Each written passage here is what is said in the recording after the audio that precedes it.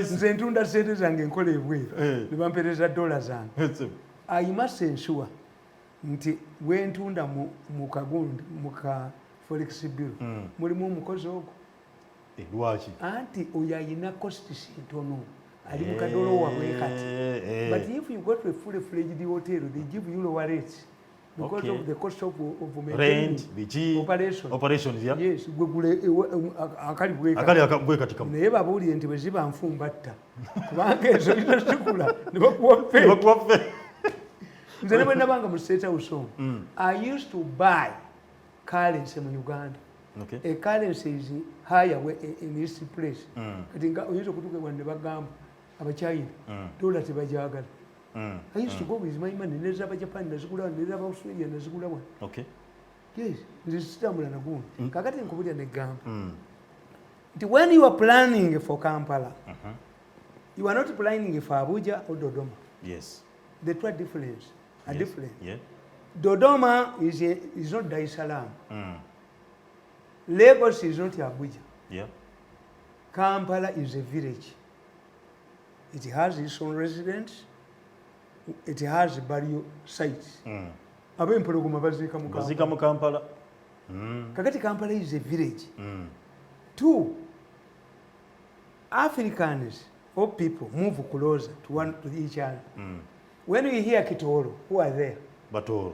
When you hear Katochinyolo, who are there? Banyoro. When you hear Kifumbira? Bafumbira. Actually quarters. Yes. What does it mean? Nti omwana omutajja we yava Hoyima. Najja mu Katochinyolo. Okay. Omwana ono tamanyi Hoyima. Kakati if you round him up n'omugoba mu Kampala nti Mutembe, he hides in Kazigo. Tomorrow nafuuka kifeesi.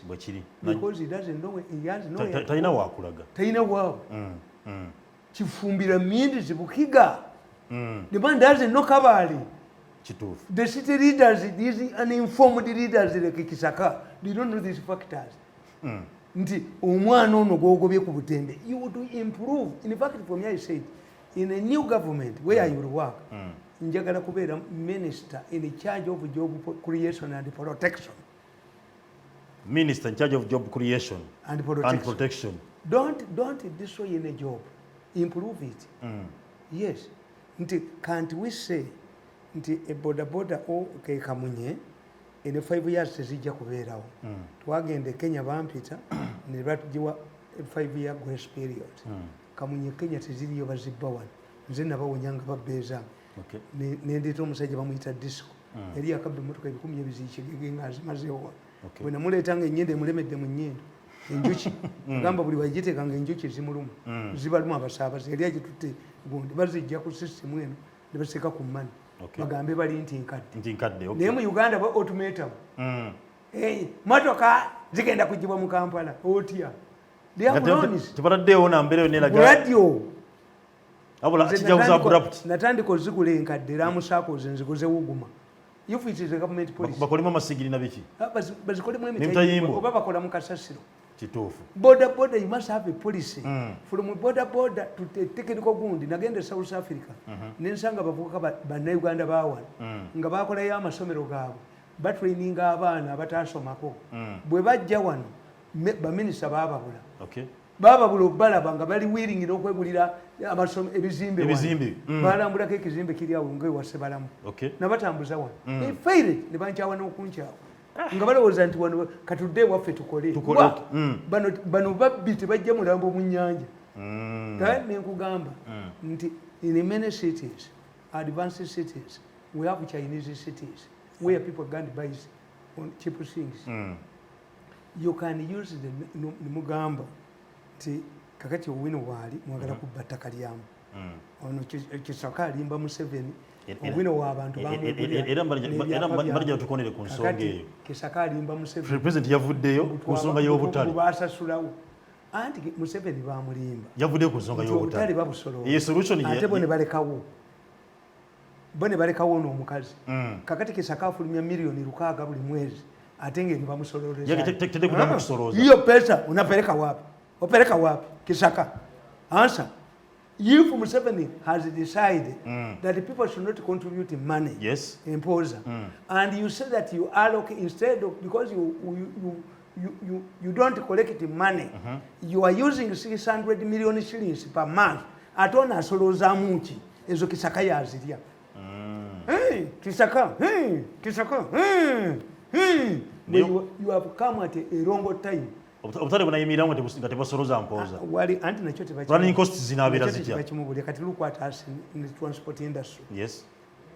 A driver is given one day. Today, Sunday ebera yiye. Conductor tetumumanyi. Driver gwe mumwa. Kakati a driver bwentunde motoka yange, I don't negotiate with the driver. Aha, totesa naye. Tabana. Driver afuka jobless immediately. Bwekiri. Can he remain at home? If you people who are earning billions, you want to destroy the national security fund, Baba Weyo. What happens to this driver? A jobless driver. Why? We decided to introduce loading fee. Wali ku stages zamwe? Stage. Okay.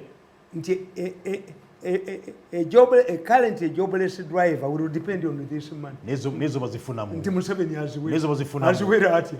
Abasasule. Basede ba stages bazijja bokka.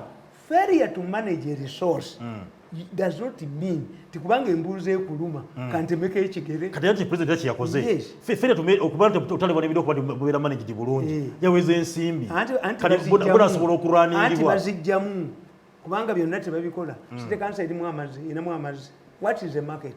A market is a place where the authorities have provided water, power, fire extinguishers, and some markets don't have toilets. That's a market.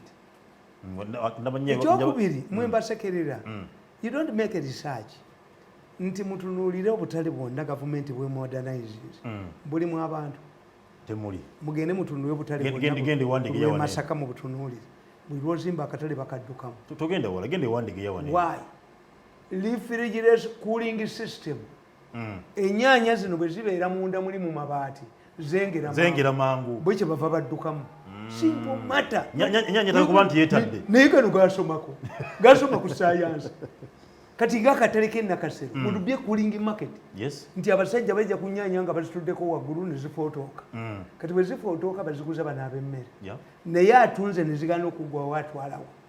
Nakasero reserved as a cooling system market. Okay. Ng'abantu bwe bateekayo ebintu byabwe ne babiramba.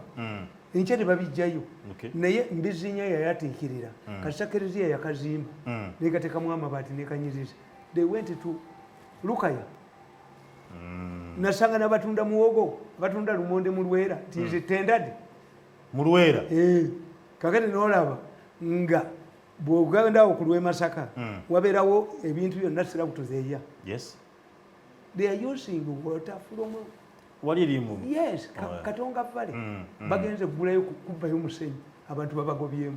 Pastor Kayanyi kakandi. Nzibzeita mali. Lwera abantu balina ebifo bya Lwera. Yati nkubuulira. Kuliko n'Abachina abalina ekyapa mu Lwera.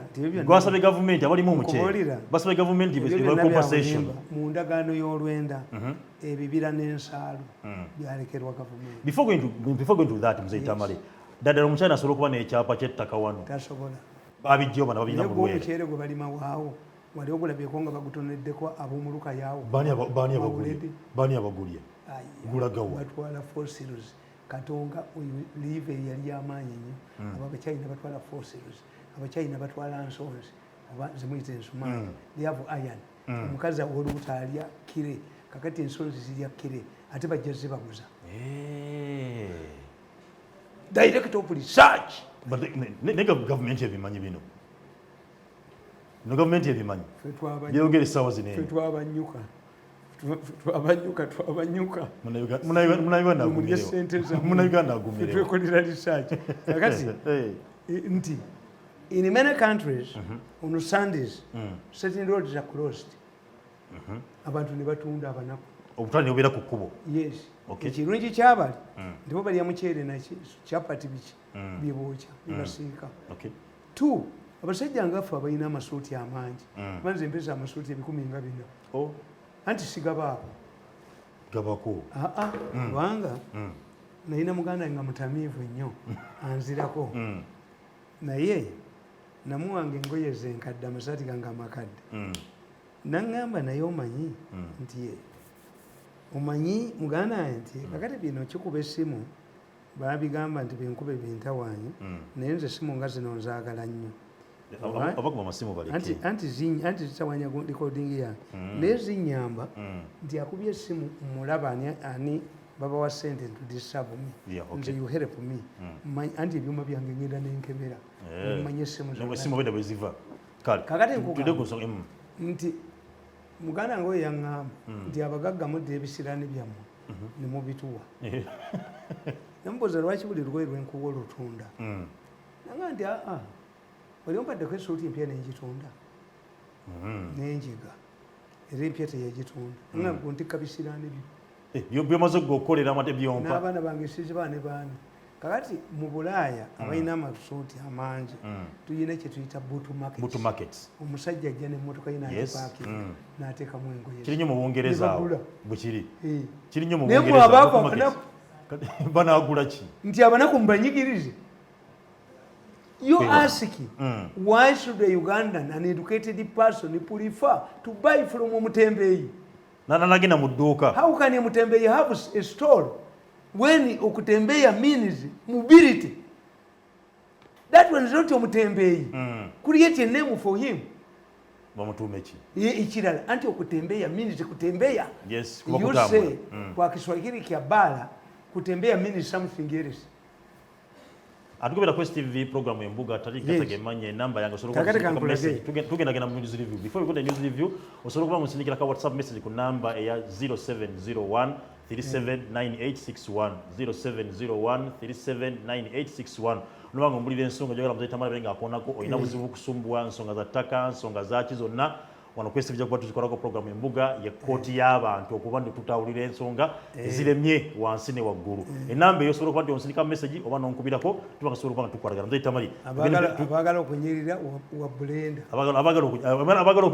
abatagala kudduka misindi nga tebagala kukola kasiwukira mu emmotoka yamutomera ne abagala okubeera mu shape ngeeyi abakedde bagamba mbukasiwukira emmotoka yamutomedde nemuyitako naye ate abasuubuzi banyigidde nnyo kayibula omulambo gwa munnabo okutwalibwa ku piikapu naye ababukedde basiriwa ate emmotoka gweyiseeko teekawo omuteteme ate gwalibadde mulambo naye bukedde yina abasajja tugende mumawulire kakati tunooliraba ebizuuse ku baserikale gwe basse mu bya bbomu the most important part of a story is a photo. Yes. Somawo bamugamba batya Capson yegamba Adam Matovu ku mpingu nga tebannamutta.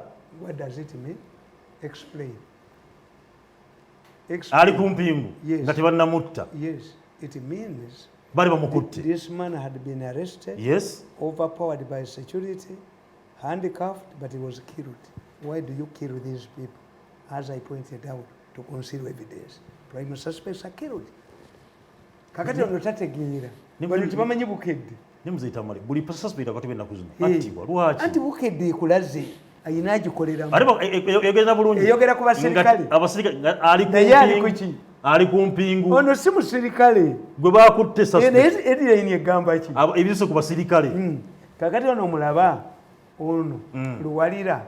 Kati balowooza nti Luwalira yankozesa to fight Nakasero Land Board. Bamwetaddeko. Ettaka lyongedde okugulumbya Namirembe. Yes, but you see, Nakasero and Namirembe, you are all in the same church. The only person who can make a sweet revenge is a woman. If a woman is annoyed by her husband and prays an away match, atada mijinga participate. Nedda. Those are men. Yeah, jitu. Naye mwe bwe munaabanga mukuba Luwalira era mukuba kanisa. Era yefusigala yefuna kanisa. You are damaging the church. Yes. Because these people have a practice to China. Put the battle on the enemy's door. Yeah. Who is financing this man? Nabagamba olunaku olumu. Omusajja bamuyitanga Ntabwoba was the principal judge. Ntabwoba n'agenda Mugundi mu semina. Naga nti bajjajezi bali bafuna million per month. Naga ntono nnyo. tetulina kyetufuna omwana oli mwana kati nali mpandika mawulire gange aga voice ninga nti Ntabooba is inciting the armed riot. Oh, principal judge in the morning, who are you? Where is Tamale Mirundi? They want to speak. Yes. What did you write? You know it. Do you know that I'm a principal judge? Yes. I'm also a journalist. How long does a judge take at Makere to become a lawyer? Because you come from lawyers. You are talking an editor in chief comparable to a judge. We shall not equal. Mbandi hao logulonga lukutana atakubye simu. Ndi angambi nkusuwi ngikonze go ahead. Nengenda nenkola research. Nga kese zonna lukutana zatwale wa Ntabooba. Zonna zisinga. Ate lukutana yeroya wa Ntabooba. Nemuga go ahead. Now, since you were the principal judge, nga gwa allocating emisango, go mpabi. Njagala muzungu judge. I want you to explain the relationship between you, where the judge can have a lawyer. If you have a lawyer, how come that all of the cases lukutana takes before you ajiwangula? No musiba kalipo. Bayogera bwogezi nange in a humble way. Nagamba gundi oyo principal judge. The problem you are reading your enemies in my story. Have criticized the president. Who are you? This is a powerfulness of a media.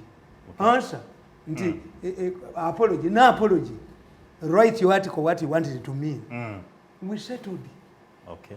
I saw a humble Ntabooba talking to Lukutana. Deal with that. Atena subwa.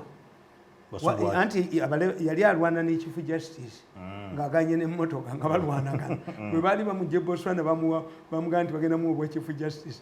So nga mu political science an agreement is an agreement until all of the principles under which it was negotiated. We are two kind of a principal judge. Kadibadwana Chief Justice. Kakati ye wambuzi. Yena loza nti ate bangamba wakoze bubi. Ntabooba wali mukubidde ddala. We are ready to give you muzungu judge. Nange lwentegeera nti ali muki. Kati bano bagenda ne bawulira bye bewonje kwera. Ne badira ne balowooza nti luwalira kati ya mugula. Yakozesa. But you are destroying your church. Yes. If Nakasero is also stealing land and selling churches, and you take the battle to Luwalira, you are destroying the same church. You look Mukuba church here. Yes. Kakati ettaka lyongedde okulumbya Namirembe. You are destroying your church. Yes. It's not me. Okay. Kakati okufa kwa mwala w'omugagga. They are inside. They are explaining that this woman delivered, but she developed complications. What they are saying that her organs might have been tampered with. Omanyika tibalina gurupu bbiri eyakoleranga wano lokale okutunda organs okugyamu abantu ate neyatwalanga abaana ebweru kati zirwanagana. Buli omu ayagala kulabisa ginne waayo. That's why this meeting has taken place. Okay. Kakati nkugamba nti they don't tell you the postmortem report. This is a rich Mugagga. The father of this girl. Very rich. You look at the newspaper would tell us the what? The cause of death. Yes. This is also a malicious story. Okay. Kakati ow'emyaka 5 eyo yashuma kati ebizuse kulyatiddwa. All of this is misleading. Kakati baleka bakugamba laba. The other one was murdered. Yes. By security. Yes. Humbled. This humble man. Look at the two photos. This one, who had variable information, was killed. He is accused, comfortably seated. They are comfortably seated as the suspect would be taken. But this one was the variable information has been eliminated on handcuffs, and this is not the first time.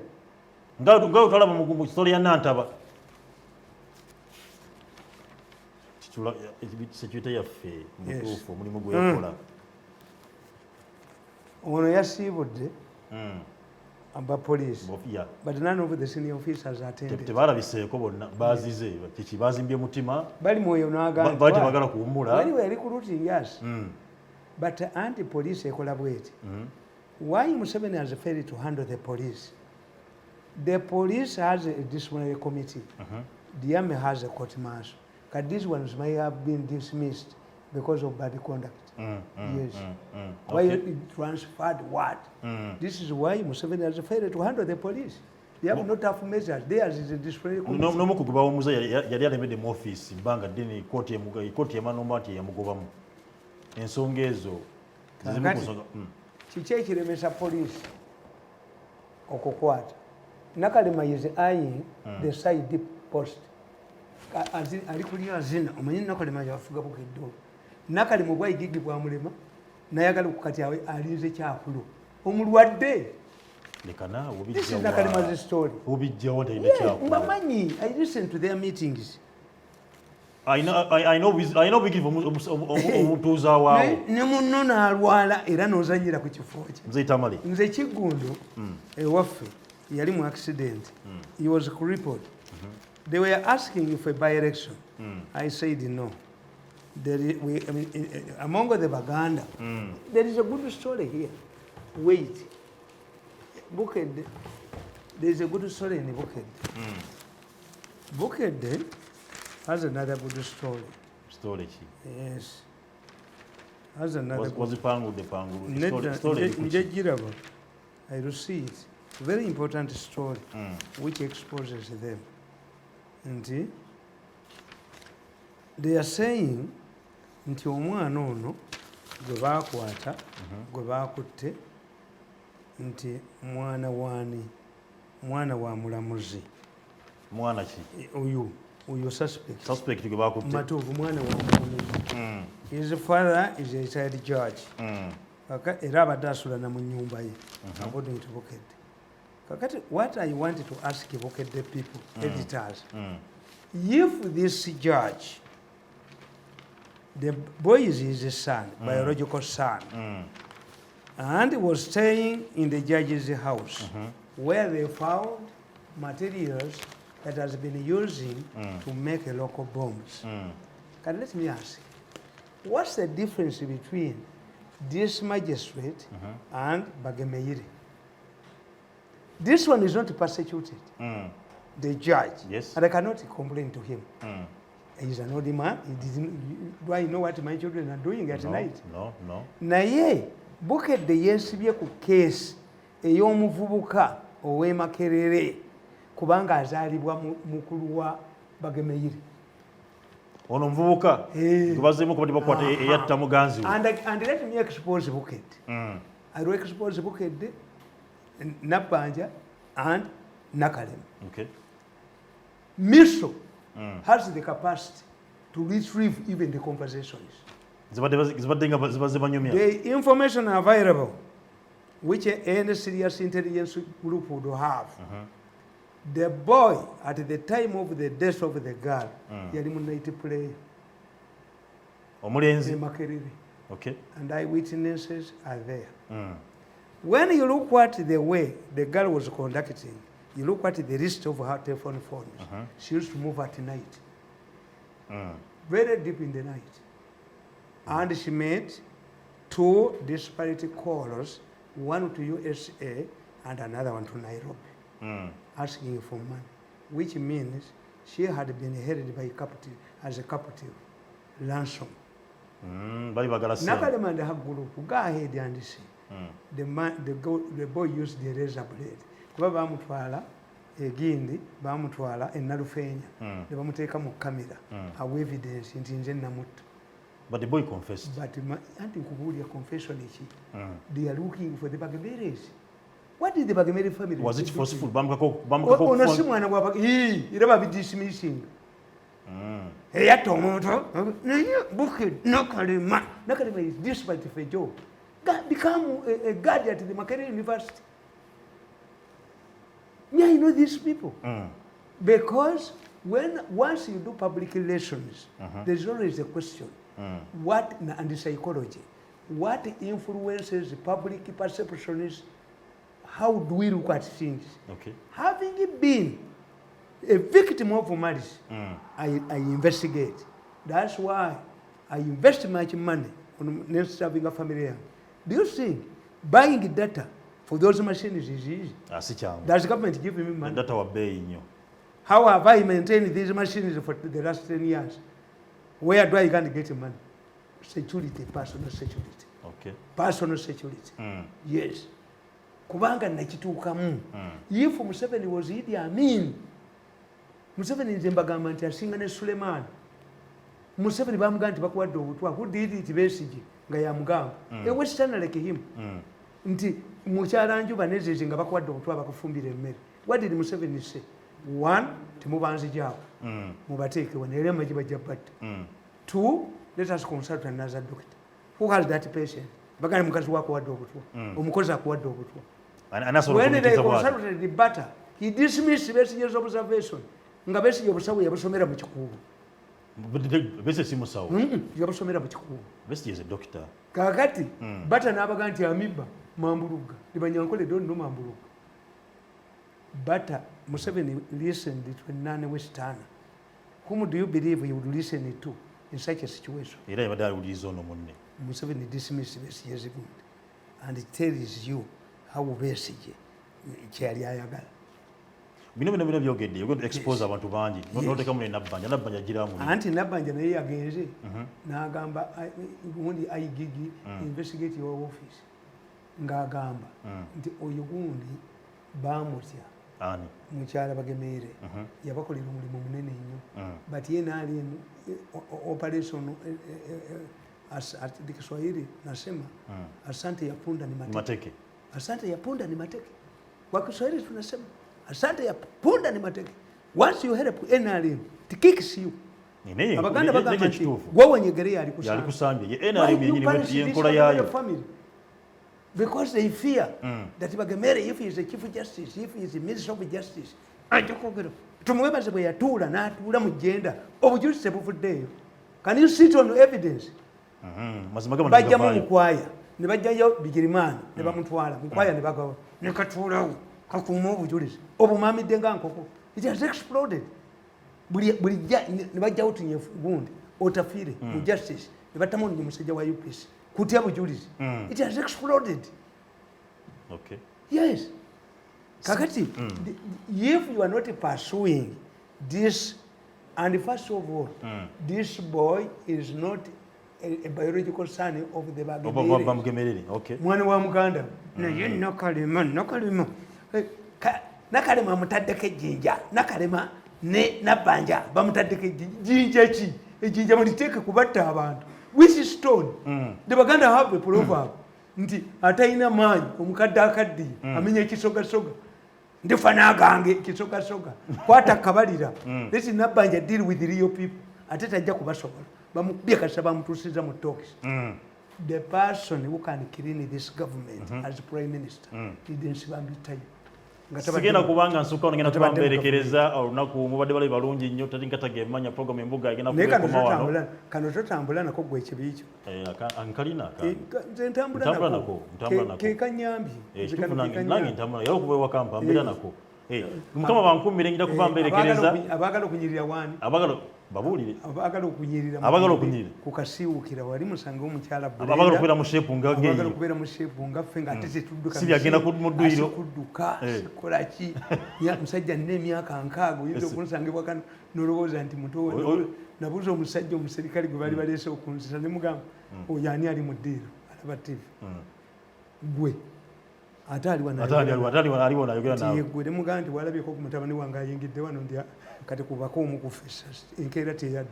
Shiriki agomanyi ga shiriki. Tali nkata gemanya program embuga yetu begenda okubanga ngikomekeza nengenda kubanga ngiro kubanga mbagamba gwe nagala okubanga oyina ensonga gyagala okuba ntukoona ku wano so kunsilikira message ku WhatsApp enamba 0701 379861 oba okunkubira essimu ne twogera ne tubanga tukwata ku nsonga naye buli ena inaleeta ensonga okuba tugikolako wano mu mbuga erina okubanga eriko obujulizi obuli conclusive oba obwannamaddala obujuwirika so si byanjewanjwa tukola ku nsonga nga mubutuufu ziriko obujulizi